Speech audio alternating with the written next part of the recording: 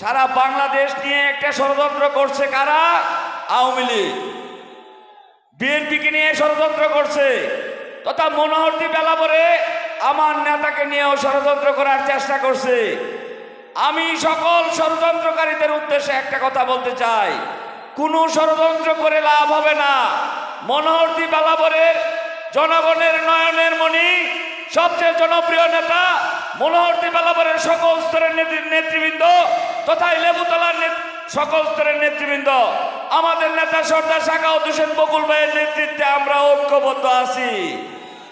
আমরা কোনো ষড়যন্ত্রকে পাত্তা দেব না, তাদেরকে মোকাবেলা করব। মনোহরদী বেলাবরের জনগণ বকুল ভাইয়ের সাথে আছে।